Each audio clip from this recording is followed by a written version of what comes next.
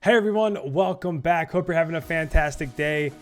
I cannot wait to talk to you guys about some Call of Duty. So as you guys are watching this, it is the release date of Modern Warfare 2, and I figured what better way to get back into making videos and to get back into the MW2 season than to just do a quick, brief power rankings video going through the 12th ranked team to the first ranked team. I really have these teams in maybe 4 different tiers, I guess you could say. But brand new rosters all over the place, a ton of roster changes. So let's go through it all. Let's break them down. And for the first time in months, let's talk some Call of Duty.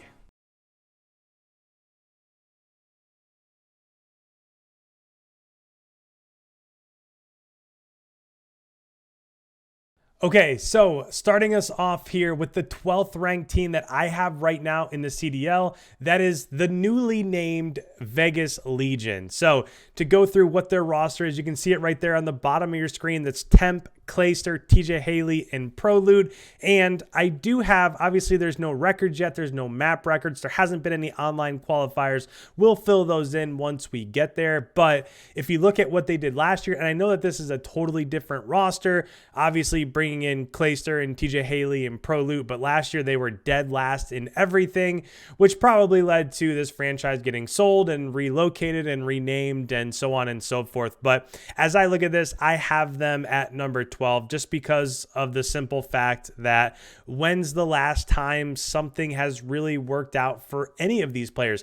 I personally don't really like this approach. If I was the CEO or the general manager of a Call of Duty team, I would be investing in players that are top AMs. You saw it work last year with the Seattle Surge. You saw it work with a couple other teams that brought in some of these top AMs. And Temp, yes, he was the best player on Paris Legion last year, but still didn't get them out of the dumpster, out of the bottom tier of the CDL. Clayster, we all know what happened with him and Krim when they were part of the New York Subliners. TJ Haley had a decent year, but I feel like we're now 3 years in a row here of TJ not really playing great. And Prolude, while he played okay while he was with Optic, I don't see this combination really working out. We'll see what ends up happening moving forward, but right now at 12, I have the Vegas Legion. Sounds a little bit weird saying Vegas Legion, but I think we'll get used to it the more the year goes on. At number 11, I have the London Royal Ravens. And again, complete roster change outside of Nasty and Zero. So you look at the bottom, you have Asim and Paul X alongside Nasty and Zero.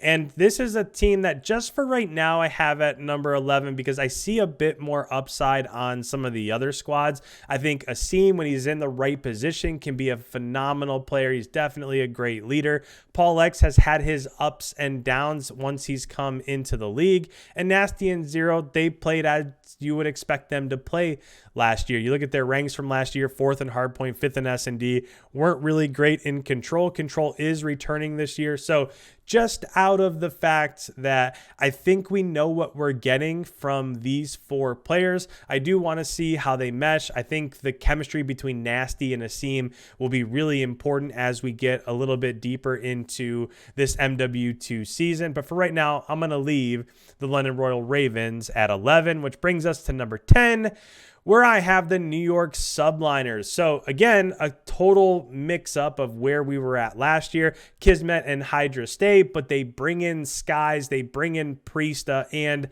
on paper, it seems like this could be a pretty good roster, although it's been a few years since we've seen Priesta play really well. I covered the Minnesota Rocker very closely doing a podcast over on their channel, and it just seems like they weren't getting the performance out of Priesta that they needed in order to really take the Minnesota Rocker to the next level. Hydra, of course, is fantastic. Kismet played pretty well, somewhere around middle of the pack last year, and Skies, we all know when Skies is on, he has the potential to be the best main AR in the CDL. We haven't quite seen that for a couple years, but still the potential is there. If Hydra and Priesta can gel well together and put a bunch of pressure on the map. I could see them being somewhere in the middle of the pack, especially around that first major time. So I just have a little bit more confidence in what the possibilities are for New York, which is why I have them at 10. As we move on to number 9, I have the Florida Mutineers. Now, you might say, why do you have Florida ahead of New York? Why do you have them maybe even ahead of the London Royal Ravens? And I think a lot of this is going to come from the rookies that they're bringing up, both Brack and Vickel. If you follow them and where they were at last year, they performed phenomenally in the AM scene. Havoc, of course, had his ups and downs. Major Maniac, kind of the same sort of thing there. So we have a couple players here that we're bringing back into the fold, vets that maybe haven't played their best the last time that we saw them. But I think, and again, I said this from the onset, I like the idea of having a leader like what Seattle Surge did last year with accuracy, and then bringing up a couple top AMs and trying to build them around that player. And I think that's what's happening here is you have Major Maniac, you have Brack and Vickel. I think that there's some potential here. Do I think that they're going to come out and compete immediately? I don't think I would say that, but I do. It's a weird roster, but I'm interested to see where exactly it goes. So at number 8, moving on, I have the Boston Breach.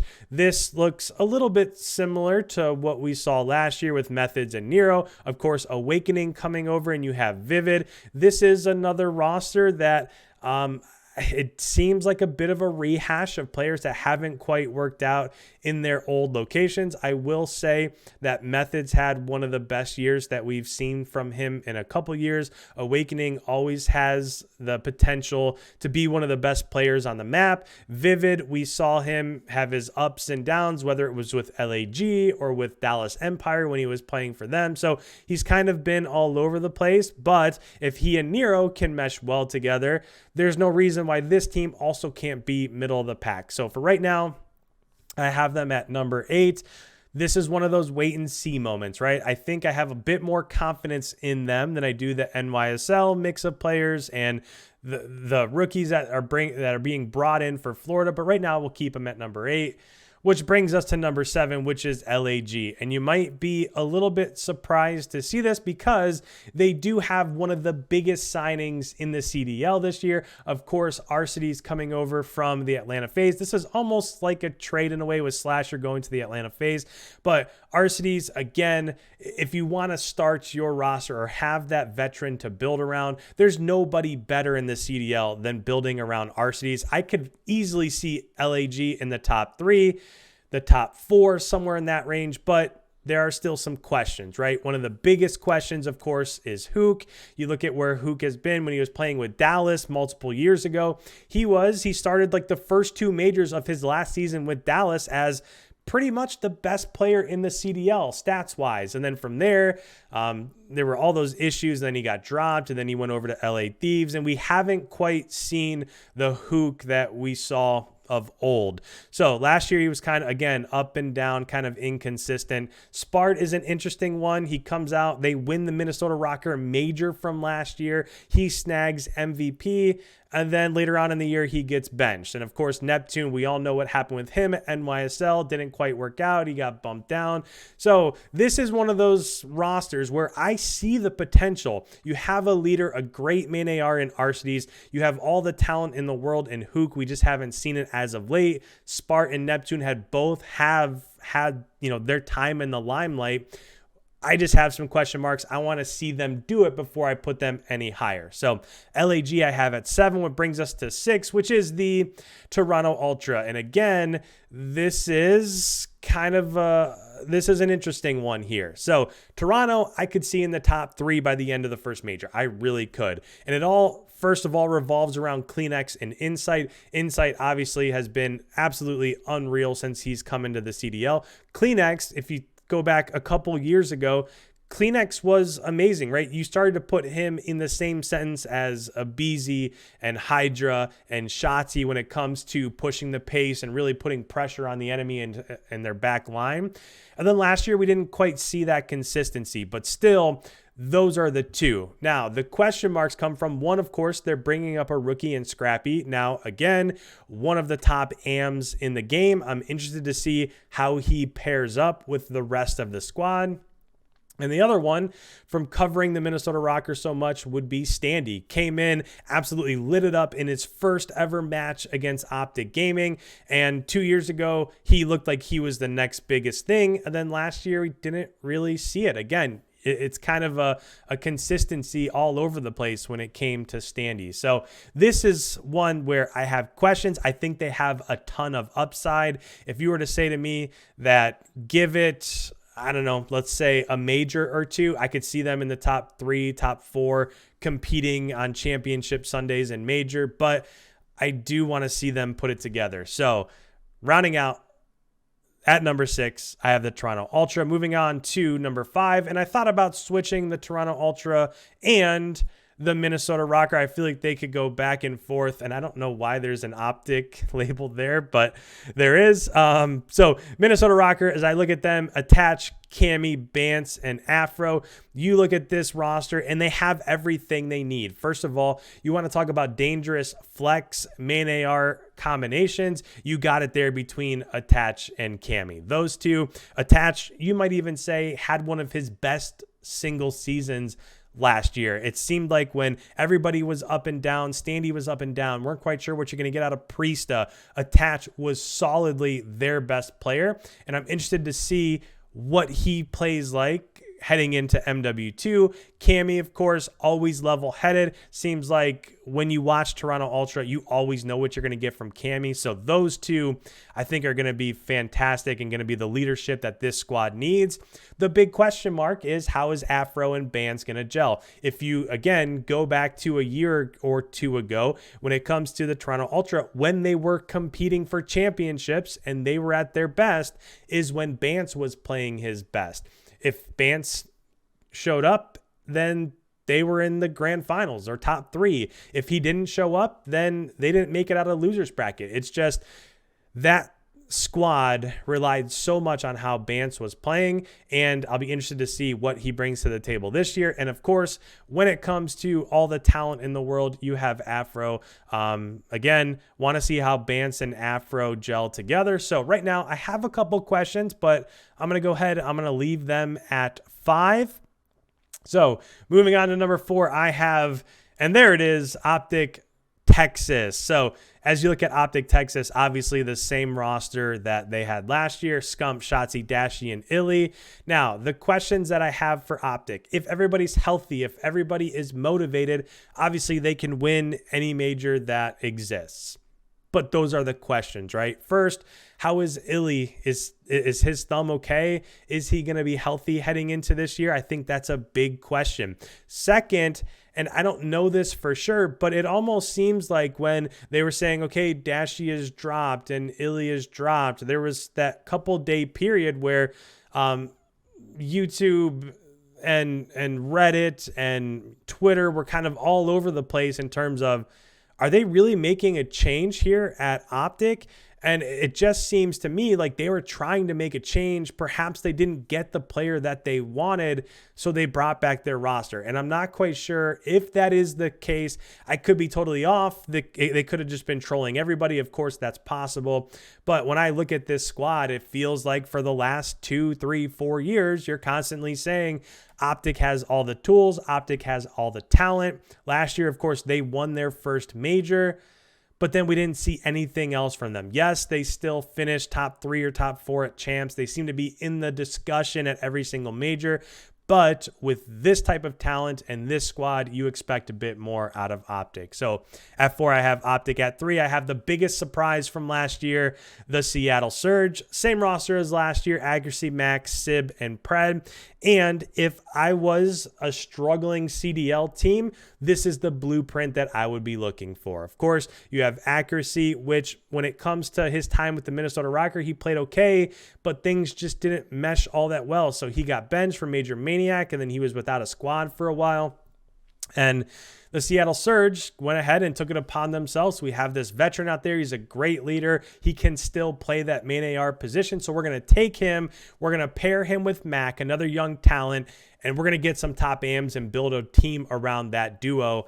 And you saw last year, it just flourished. I mean, this squad was the biggest surprise from last year for me. I think if they can just continue to build on where they were at last year and they get the same sort of production out of Pred, I don't see any reason why Seattle isn't competing major in and major out for a title, no matter what major it is. So at 3, I have the Seattle Surge. And then the big question, wasn't quite sure where to put these two, but at number 2, I have the LA Thieves, of course, winners of the last major, winners of champs. It seemed like, okay, they were giving it one more shot as that squad, as a foursome, and it just worked out. And you can see right here on the screen their hardpoint rank, their control rank. When it came to respawn, they were super good. But at the end of the year, they turned it on in Search. So you got to give these guys all the credit in the world, because it seemed like every time I would open Twitter, it would be saying you got to drop Draza, you got to drop Envoy. Kenny and Octane just don't have it anymore. And that wasn't true at all. So the only thing that's keeping me from putting them in the 1 spot is I just feel like the Atlanta FaZe have more potential with this roster. So with Atlanta, you can see their ranks from last year: hardpoint 1st, S&D 3rd, control 2nd. And that S&D rank might surprise some people, because that's what they have really built their careers on, as being dominant in S&D. So when you have Simp, Abizi, and Celium, any roster with those 3 is obviously going to compete for every single major championship that exists.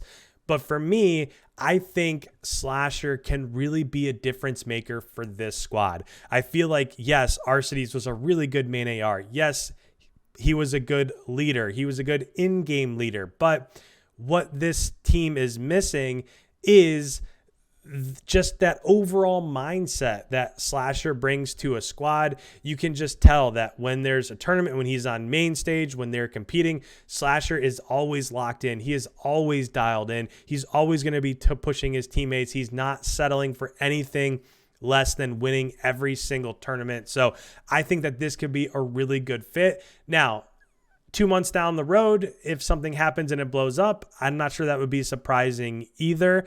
But if you have those 3 with a leader and the mindset of Slasher, I feel like Atlanta right now, I have them as the number 1 team. Sure, you could switch LA Thieves and the Atlanta FaZe, but either way, I think those 2 are clearing away the top 2 squads heading into the MW2 season. And with that, I'm just excited for the new season. I'm excited to bring you a bunch of content, to break down some scrims, to give you some bracket predictions heading into majors, and so on and so forth. So I know it's been a while, but I'm back. So thank you guys for tuning in. That's my first power rankings of the MW2 season. Down in the comments, let me know what you're thinking, how you're feeling, what do you agree with, disagree with. And with that, thank you guys so much. We'll catch you in the next one.